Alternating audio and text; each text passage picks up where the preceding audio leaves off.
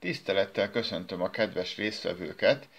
A Solar mobilitási beszámolón a 2020-as adatokat fogom megmutatni. A Tatabányai Edutus Egyetemnek a Napcsiga Fantázia nevű napelemes járművével kapcsolatban. Hát itt az első oldalon rögtön látszik egy ilyen gyors összefoglaló, hogy az összes megtett út az első évben még csak 4768 km volt, utána már 5000, az idén is 5073 km, és a legnagyobb távolság, amit ez a napjármű egy nap alatt meg tudott tenni, az 103 km-ről 130 km-re javult. Ez a napjármű, ez 2017-ben a kutatók éjszakájára készült, és akkor működött is, csak azóta nem akar leállni. Tehát, hogy nyári táborokban például ilyen lovas oktatásnál a felszereléseket szállítjuk vele, sőt, pont ennél a nyári tábornál előfordult, hogy az egyik gyereknek asztmás rohama volt, és nem tudta megmondani, hogy hol van a gyógyszere. Hát megkérdeztem tőle, hogy képes-e oda elmenni, hogyha oda viszem, és akkor hát bezsupoltuk a napjárműbe, elvittem az iskolába, megtalálta a gyógyszerét, és mire kijöttek a mentők, addigra már jobban lett.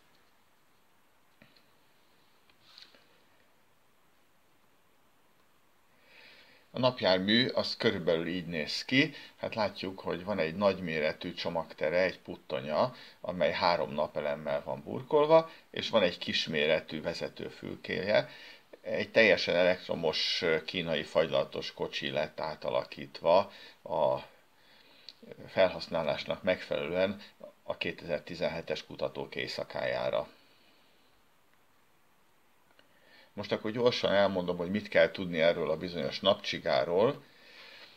Hát itt láthatóan, mint éppen a hallgatók készítik, összesen 17 hallgató vett részt a szerelésben, hogy egy egyébként kisfogyasztású elektromos járművet napelemekkel lássunk el.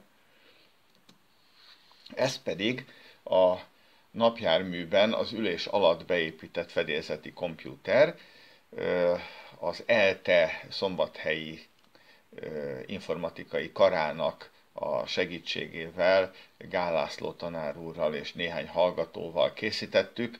Ez méri a főfeszültséget és 4 áramot, és egyesíti a GPS koordinátákkal és az idő koordinátákkal, tehát gyakorlatilag mindent meg tudunk mondani, és ebből készült ez a beszámoló is, hogy milyen adatokat gyűjtött ez a fedélzeti kompjúter 3 év alatt.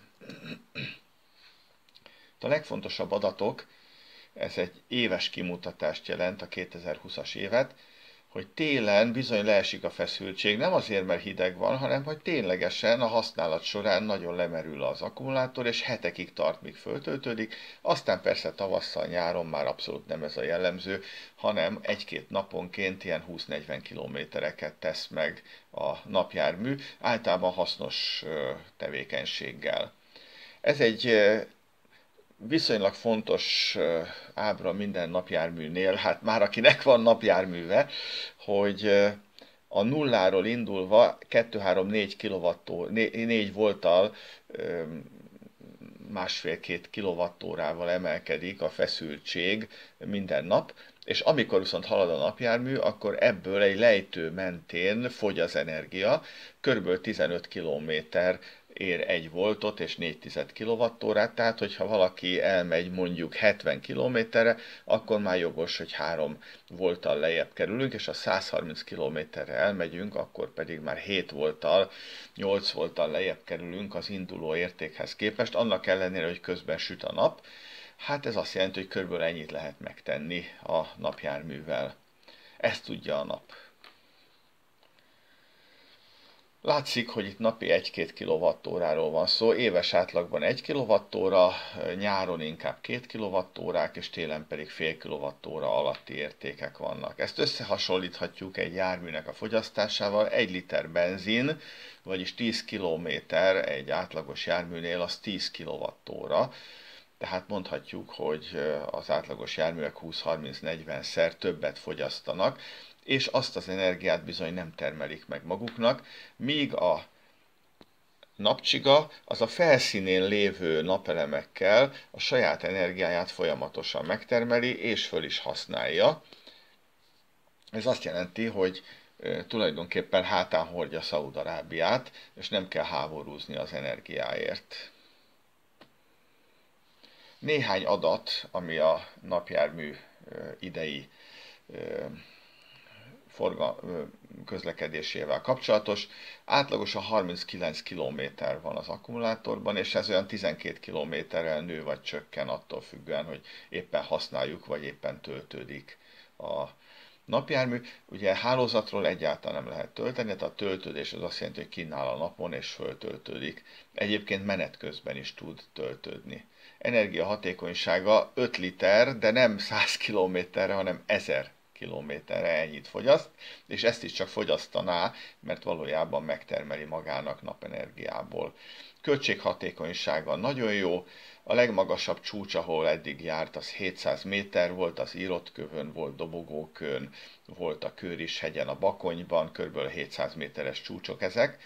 A legnagyobb távolság 130 km volt, ezt 5 óra 55 perc alatt tette meg. Hát ebből is lehet látni, hogy a napcsigának a sebessége a nevéhez méltóan nem túl nagy, 24-25 km per órával megy. Általában évente kétszer merül le, ez minden évben bekövetkezett, ez előre tervezett lemerülések voltak, tehát hogy ténylegesen hajtjuk a járművet úgy, mintha működtetnénk tényleg, tehát szállítunk vele, és néha kifogy az energiából, és akkor ott hagyjuk. Az idén például január 12-én Röjtök-Muzsajon kellett otthagyni, és május 31-én pedig Répcelakon. Ez a kivétel, ami erősíti a szabályt, általában mindig visszatér, általában mindig föl van töltve, és ha nagyon süt a nap, még akár 130 kilométert is meg tud tenni. Mióta van a fedélzeti kompjúter, azóta ilyen nagyon pontosan látjuk a teljesítménynek, a töltő teljesítménynek és a motor teljesítménynek az alakulását. A legnagyobb töltő teljesítmény, amit regisztráltunk, az 626,9 watt volt május 20-án délben egyetlen percig, és ehhez is az kell, hogy hűvös legyen az a május, nagyon erősen süssön a nap, dél legyen, és a felhők alól bukkanjon elő a nap, mert akkor keletkezik egy ilyen hirtelen energialökés. A 3 év története látjuk, hogy a kilométer per nap értékek is, és a kilovattóra per nap értékek is párhuzamosan hullámoznak. Itt pedig egy kísérletet szeretnék ismertetni, ahol összehasonlítottuk a napcsiga futás teljesítményét egy Nissan Leaf elektromos autóéval. Hát az derült ki, hogy a napcsiga az általában fele annyit fogyasztott, mint a Nissan Leafnek a minimális értéke, tehát amikor nagyon-nagyon lassan ment, és amikor normálisan megy a Nissan Leaf elektromos jármű, akkor 3-szor, 4-szer, 5-ször többet fogyaszt, mint a napjármű. Ha pedig nem elektromos járművel hasonlítjuk össze, hanem autókkal, azok 20-30-szor fogyasztanak többet.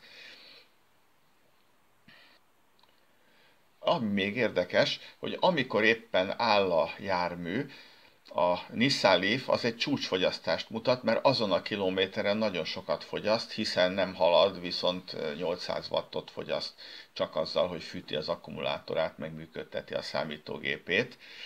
A napcsiga pedig, amikor megáll, akkor inkább 80 watttal tölti magába az energiát, és akár negatív értéket is fogyaszthat azon a kilométeren. Ha csak 10 percet áll, az a kilométer már ingyen volt.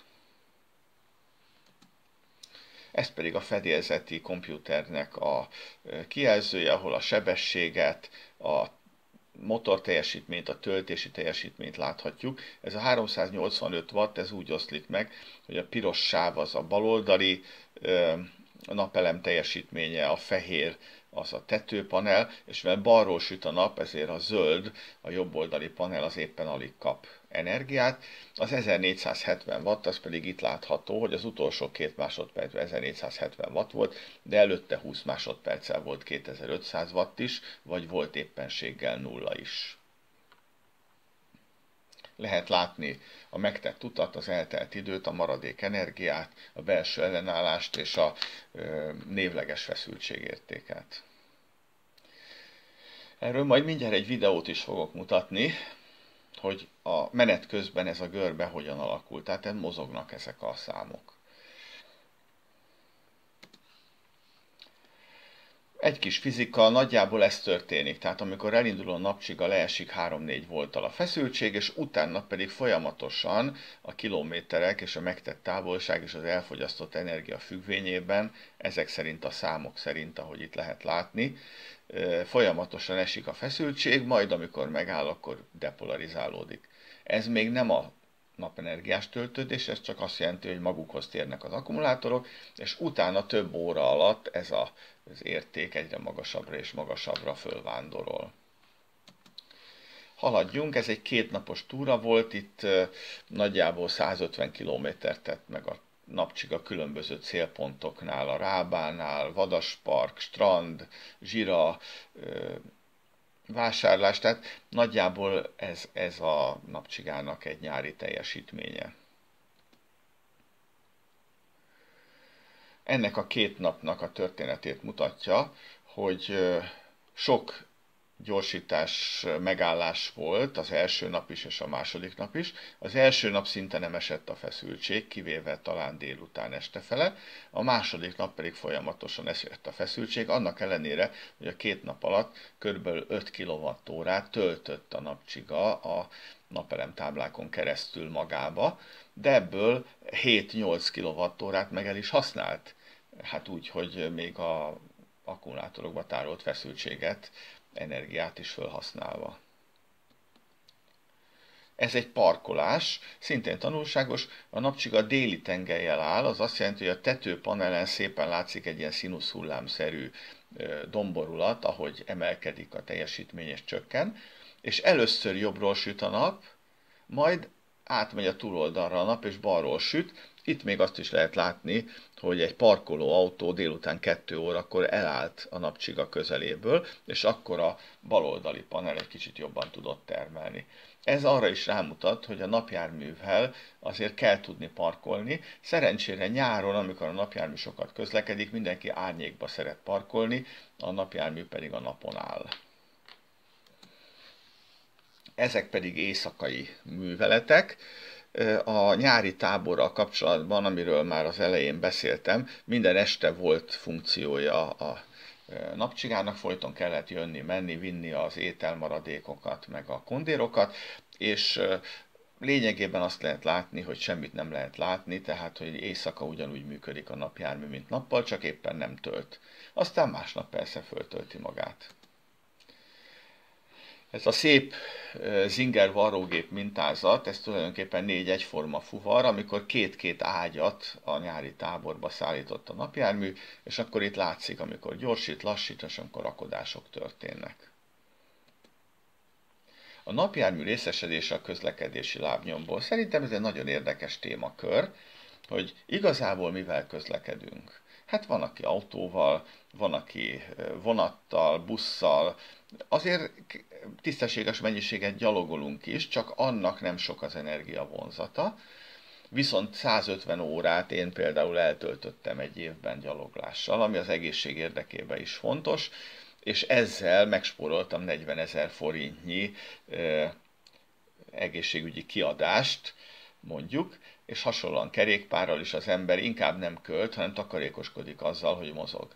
Ehhez képest a napcsiga az mondjuk fogyaszt, de nem túl sokat, összesen 360 kWh-t, és az amortizáció figyelembevételével is egy éves futás teljesítménye a napcsigának kb. 120 000 forintba kerül, hát beleértve magát a napelemet, meg a kasztlit, amit le kellett gyártani. A vonat ehhez képest olcsóbb, de csak azért, mert féláruval utazom, és az autóbusz is viszonylag kevés, de azért, mert igazából csak vonatpótló buszakkal utaztam az idei évben.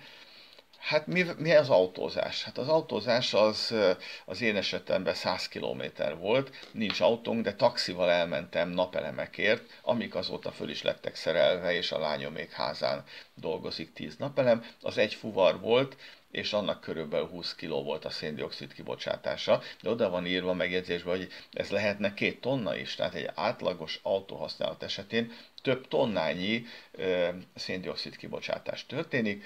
Ezt össze lehet hasonlítani még a repülővel, ami szintén nagyon nagy, ha valaki utazik repülővel, és az elektromos biciklivel, ami szintén nagyon kicsi.